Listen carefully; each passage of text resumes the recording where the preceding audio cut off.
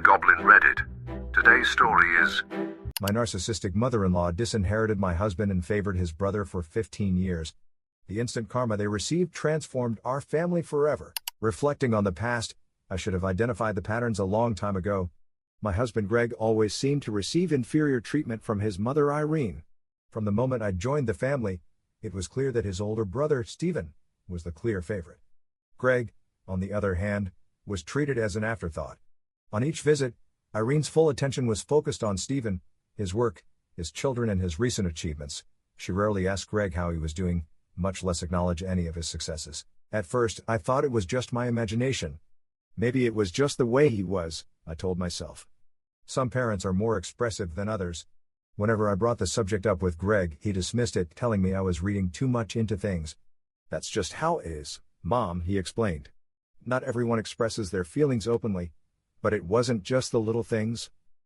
It happened with important things too, like when Greg got a promotion at work, and we excitedly told Irene during our Sunday lunch. She nodded, mumbling something about how Stephen had just landed a big client, completely overshadowing Greg's news. I could see a flash of pain in her eyes, but she quickly hid it, steering the conversation to another topic. It was as if she had long since learned not to expect validation from her. Despite everything, Greg never complained. He continued to turn up and to try to win her approval in ways that I didn't understand. And maybe that's why it affected me so much. He deserved better treatment. The situation reached a critical point when Irene announced that she was going to sell the family home. The place was huge, practically a landmark in the city where Greg and Stephen grew up. She informed us that it was time to downsize, and that the money would be divided between the two brothers. Greg, always optimistic, assumed that the division would be equitable. I was not so convinced. As the months went by, Irene became more ambiguous about her plans. When Greg tried to ask her about the sale, she evaded him, saying she wasn't ready to talk about it yet. Meanwhile, Stephen, who had been experiencing financial difficulties, began to hint at how much he could use some extra help. I could feel a storm coming, but Greg refused to see it. By the time the property was sold, Greg and I weren't even informed until after the fact. Irene casually mentioned over dinner that most of the money, 90% to be exact, had been handed over to Stephen. Greg sat stunned as she told him he would have to work harder to make his way. She said it with a laugh, as if it were an unimportant joke. Greg's face fell, but he didn't protest. Instead, he looked at me almost as if he were apologizing for her. My blood boiled. This wasn't simple favoritism. It was blatant disrespect. I tried to regain my composure, deciding whether to speak or let it go. I was tired of seeing Greg treated like he didn't matter, and I wasn't going to stay silent anymore. The journey home that night was filled with unspoken words. Greg's hands gripped the steering wheel tightly, his knuckles white with tension. I knew he was upset, but true to form, he wouldn't show it. He rarely allowed himself to feel angry when it came to his mother. For him, Irene's indifference was something he had accepted a long time ago, a fact of life that he had learned to live with. But for me, that was the last straw. When we got home and couldn't hold back any longer, I explained to Greg how unfair the whole situation was, how his mother constantly ignored him, and how she had taken her behavior to a whole new level. He sighed and told me it wasn't worth getting upset about. Stephen had always been the favorite and he didn't expect that to change. He said he wouldn't start a dispute over money. It wouldn't solve anything. But it wasn't just about the money. It was a question of respect. About the years Greg had spent trying to prove himself to a mother who refused to see him for who he really was. I asked him why he let her treat him like that, why he never stood up for himself. He replied that it was easier to let things go than to confront her. Easier for him, maybe, not for me. Over the following weeks, I couldn't get the matter out of my mind. I would mentally replay the dinner conversation, remembering her laugh as she told Greg to try harder. I saw how her shoulders slumped when she said it, how she remained silent even though she knew he was suffering. And every time I brought up the subject, Greg would wave me off, saying he didn't want to complicate things, but the situation had already got out of hand. Stephen, emboldened by his newfound fortune, became even more unbearable. He began to belittle Greg during family gatherings, boasting about his own financial stability and insinuating that Greg didn't try hard enough. Irene never intervened to stop him. If anything, she encouraged him, laughing as if it were all just good fun. One afternoon, after another tense visit with his family, I told Greg that I could no longer remain silent. He asked me to let it go, saying that it wasn't worth ruining relationships. But I explained to him that it wasn't about ruining relationships. It was about demanding the respect he deserved. Greg looked at me torn. He said he appreciated my support, but asked me not to make the situation worse. He said it wasn't my fight, but it felt like it was. If Greg couldn't stand up for himself, then maybe I had to stand up for him. Update 1. The opportunity arose a few weeks later during a family gathering at Irene's house. It was one of those big dinners where everyone pretended to be a happy family, although the tension could be felt beneath the surface. Stephen was in full bragging mode, talking about the investment opportunities he was exploring with the money Irene had given him. Greg sat silently, barely tasting his food while Irene hung on Stephen's every word. It was the same old scenario, but this time I couldn't bear it. When Stephen made another comment about how some people, clearly referring to Greg, needed to work harder to get ahead, I couldn't contain myself. I asked him if he really thought it was fair to take most of his mother's money while Greg, who had always worked hard and never asked for anything, received practically nothing. The room fell silent. Irene's smile wavered for a moment, but then she told me it was not my place to question how she distributed her assets. She claimed that Stephen needed the money more than Greg, and as a mother, it was her responsibility to support her children as she saw fit. I replied that supporting one child did not mean neglecting the other. I reminded her how much Greg had sacrificed over the years and how he had always been there for her, even when Stephen was not. I pointed out that by constantly prioritizing Stephen, she was pushing Greg away, whether she recognized it or not. Irene's face flushed. She said she didn't appreciate me lecturing her on how to be a mother. She added that Greg was an adult and could speak for himself if he had a problem. I looked at Greg expecting him to say something, but he just stared at his plate. I could see the conflict in his eyes. He didn't want to upset his mother. I was getting angry with him. Stephen, naturally, couldn't help but intervene. He told me I was making an unnecessary drama, and that Greg didn't need a protector to fight his battles. I replied that this wasn't about protecting anyone. It was about basic common sense, which he lacked. The situation escalated quickly. Irene accused me of causing trouble, and Stephen called me overly sensitive. I told Irene that she needed to seriously reflect on how she treated her children because her obvious favoritism was creating a division in the family. Greg finally intervened, asking everyone to calm down. He said he appreciated my support, but asked me to leave it at that. He added that this was not the time or the place to sort things out. Irene looked at Greg, softening her expression. She told him that she loved him and that she didn't mean to make him feel belittled. But then, in the same breath, she added that Stephen had simply needed her help more and that Greg should be proud of his independence. I shook my head, realizing that I still didn't understand. It wasn't about Stephen needing help. It was about years of neglect and favoritism that had left Greg feeling like he would never measure up. When we left that night, Greg said I had overreacted. He said it had been too much. He said he didn't want to complicate things further with his family. I replied that sometimes fighting back means that situations could get worse before they get better. Deep down, I knew that this wasn't over. Irene might never change, but I wouldn't allow her to keep treating Greg as if he were insignificant. Even if it meant stirring things up, I was prepared to keep fighting. Update 2. After that dramatic dinner, I expected some kind of reaction, but not the kind we got. Irene didn't call Greg for days, which was unusual. Normally she would call him every other day to remind him of some trivial matter or to ask for help with some task that Stephen couldn't be bothered to solve. This time, there was total silence. Greg played it down, saying that she was probably just letting things calm down. I, however, suspected that she was reflecting. Sure enough, a few days later, he finally called, but instead of addressing what happened at dinner, he started with a guilt trip. He told Greg that my outburst had embarrassed him in front of everyone.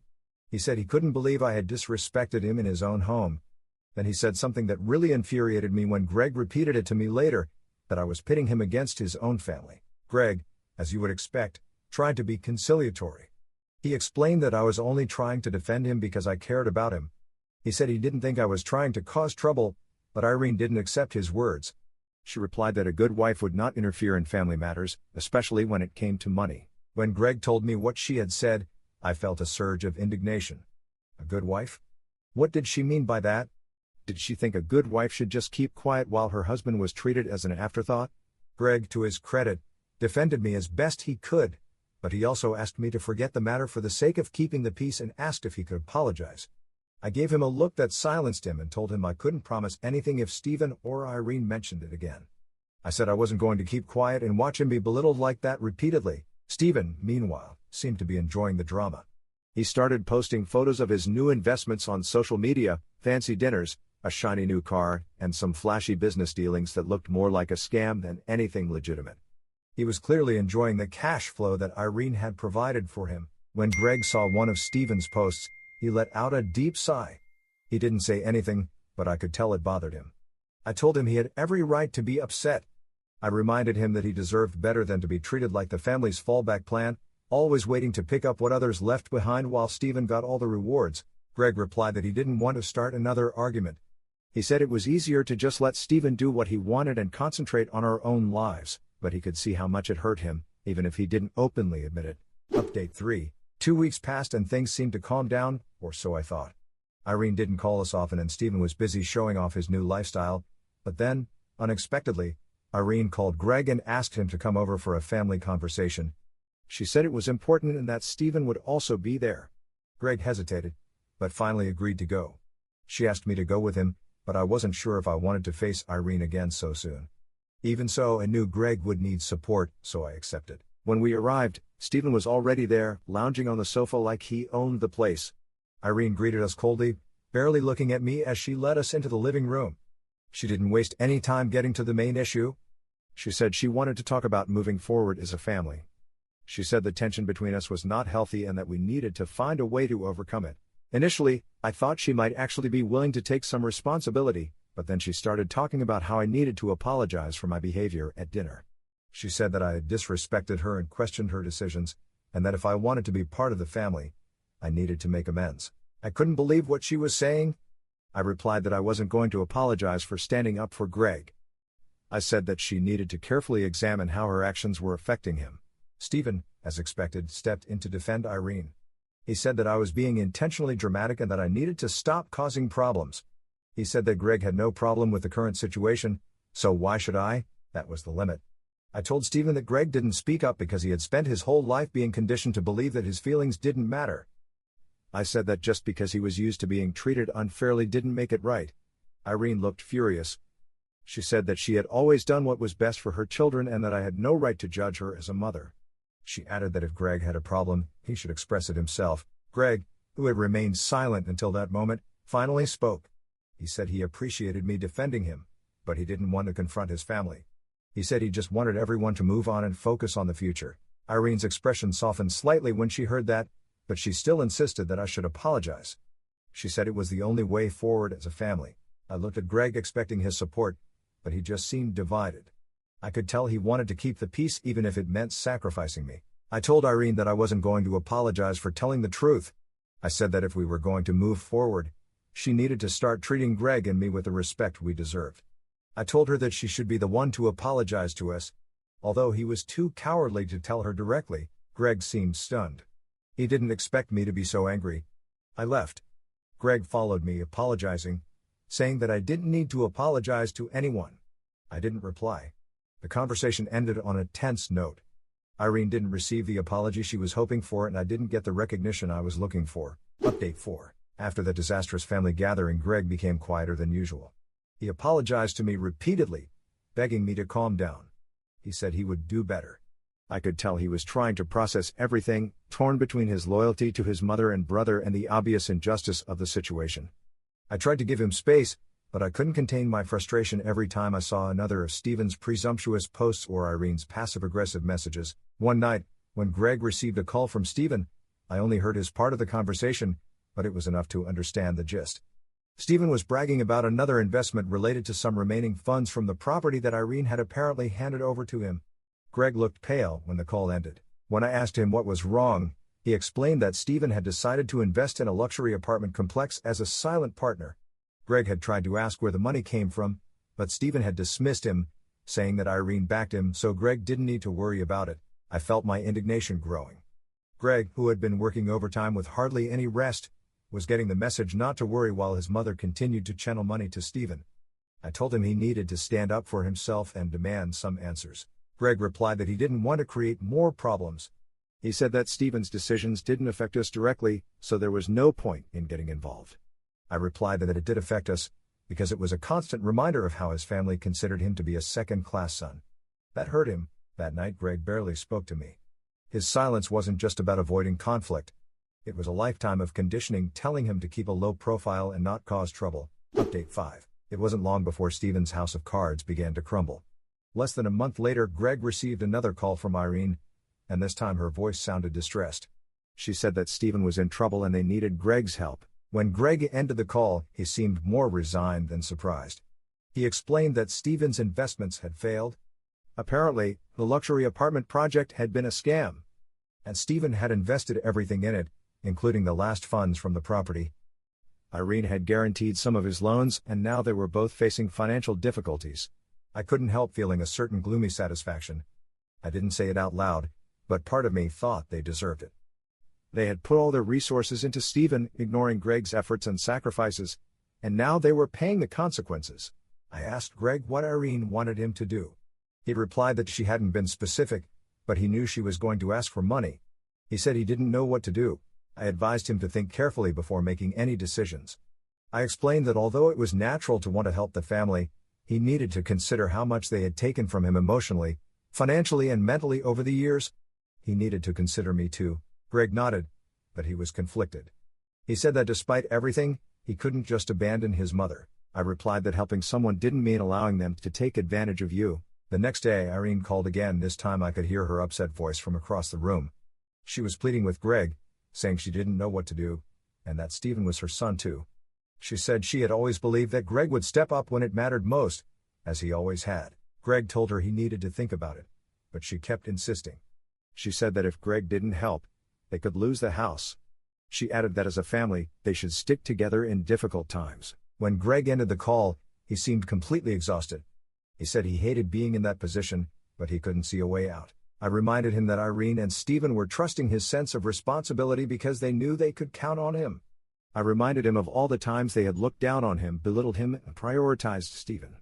I told him he needed to stand up for himself, not only for his own well-being, but also for ours. Greg replied that he wasn't sure he could do it. He said he felt bad about turning his back on his family, even after everything that had happened. I explained to him that setting boundaries was not the same as abandoning them. I said he could care for them without sacrificing his own well-being. I reminded him that if he continued to allow them to take advantage of him, they would never learn to take responsibility for their actions. Greg was silent for a long time. He just said he needed time to think. That night, Irene called me. She said she wanted to explain her perspective. She claimed that she had only given the money to Stephen because she believed he had the potential to multiply it. She said she had always hoped that Greg would understand that Stephen needed more help than he did. I replied that Greg had always needed her support too, but she had been too focused on Stephen to notice. I told her that it wasn't fair to expect Greg to solve their problems just because he was the reliable one. Irene said she didn't know what else to do. She said she was desperate and that Stephen had promised he would sort things out. But now he was avoiding her.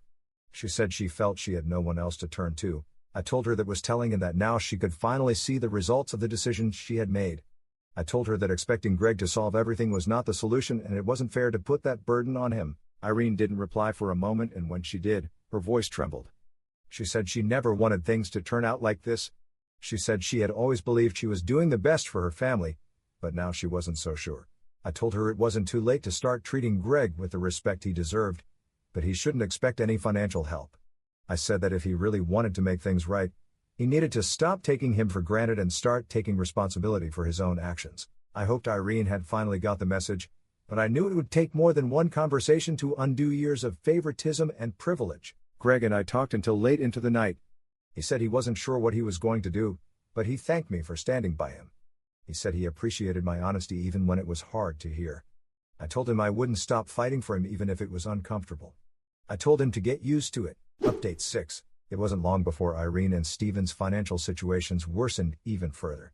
The calls became more frequent, each one bringing a new wave of despair. Initially, Greg tried to ignore them, hoping that distancing himself would help him see things more clearly, but Irene didn't give up easily.